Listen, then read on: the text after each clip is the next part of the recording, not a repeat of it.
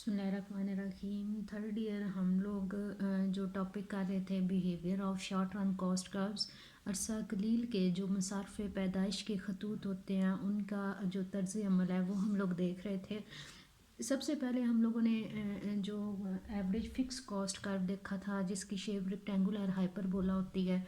उसके बाद हम लोगों ने एवरेज वेरिएबल कॉस्ट कर्व इसको ड्रा किया था। एवरेज वेरिएबल कॉस्ट कर्व को हम लोग टोटल वेरिएबल कॉस्ट कर्व की स्लोप की मदद से ड्रा करते हैं, जैसा कि मैंने आपको लास्ट लेक्चर में बताया था कि हम लोग इसके डिफरेंट पॉइंट्स ले लेते हैं और इन पॉइंट्स पे इस तरह से डॉटेड लाइंस बना के हम इन पॉइंट्स की स्लोप चेक कर लेते हैं। जैसे point A, point B, C and D. Starting में इन पॉइंट से जब हम लोग लाइन लगा के चेक करते हैं तो हमें पता चलता है कि इस कर्व की स्लोप गिर रही है। उसके बाद पॉइंट सी पे जाके इसकी स्लोप ख़त्म हो जाती है और पॉइंट डी पे फिर इसकी स्लोप बढ़ना शुरू हो जाती है।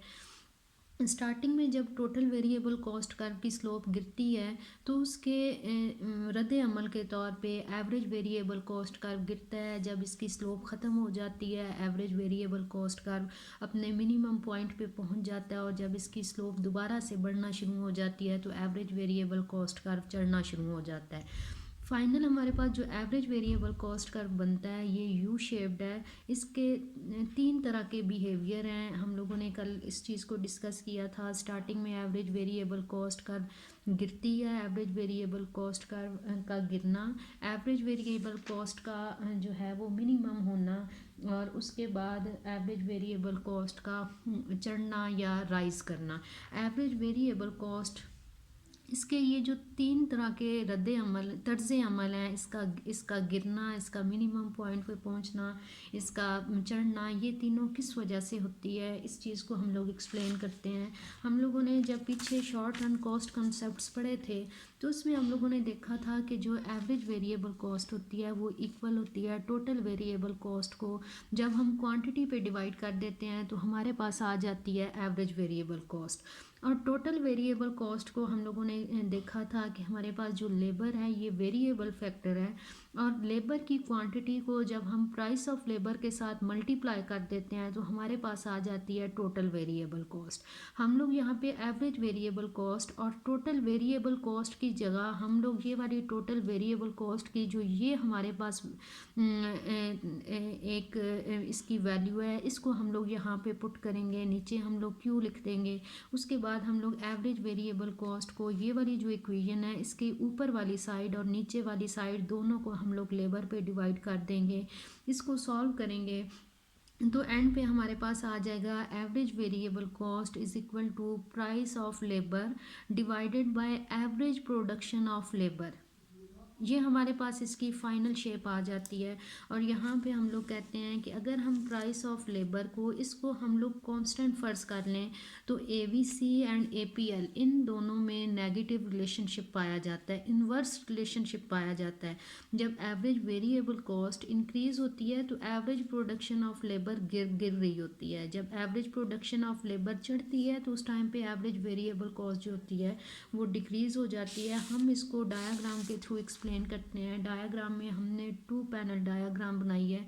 ये इसका पैनल नंबर 1 है, ये डायाग्राम का पैनल नंबर 2 है। पैनल नंबर 1 में हमने एवीसी कर्व, ये वाला जो एवीसी कर्व है इसको ड्रा किया है, और पैनल नंबर 2 में हमने एवरेज प्रोडक्शन ऑफ लेबर को हम लोगों ने शो किया है। यहाँ पे हमारे पास एक्स एक्सिस पे हम लेबर को शो करेंगे, वाई एक्सिस पे एवरेज प्रोडक्शन ऑफ लेबर को शो करेंगे। ऊपर वाले पैनल में हम लोग एक्स एक्सिस पे क्वांटिटी को शो कर रहे हैं और वाई एक्सिस पे एवरेज वेरिएबल कॉस्ट को हम लोग शो करते हैं। जैसा कि हम लोगों ने देखा था कि average variable cost and average production of labour दोनों में इन्वर्स रिलेशनशिप पाया जाता है। यहाँ से आप लोग चेक करें पॉइंट ए पे हम लोग देखते हैं कि एवरेज वेरिएबल कॉस्ट कर्व गिर रहा है।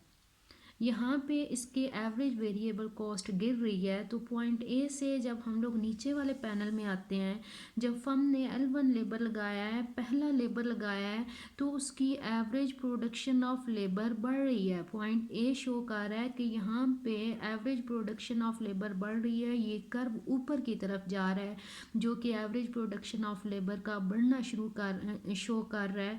कि स्टार्टिंग में जब हम लोग फिक्स फैक्टर के साथ जो वेरिएबल फैक्टर है लेबर को बढ़ाते हैं तो हमारी प्रोडक्शन इंक्रीज़ होती है, और प्रोडक्शन के इंक्रीज़ होने की वजह से जो हमारी एवरेज कॉस्ट होती है वो गिरती है। और फिर हम लोग क्या करेंगे कि हम आप लोग पॉइंट बी पे देखें। पॉइंट बी पे एवरेज वेरिएबल कॉस्ट जो है वो अपने मिनिमम पॉइंट पे आ गई है, कम से कम हो गई है। और यहाँ पे एवरेज प्रोडक्शन आप लोग देखें ये अपने मैक्सिमम लेवल पे आ गई है। जब हमारे पास कॉस्ट मिनिमम हो जाती है उस टाइम पे प्रोडक्शन मैक्सिमम हो जाती है।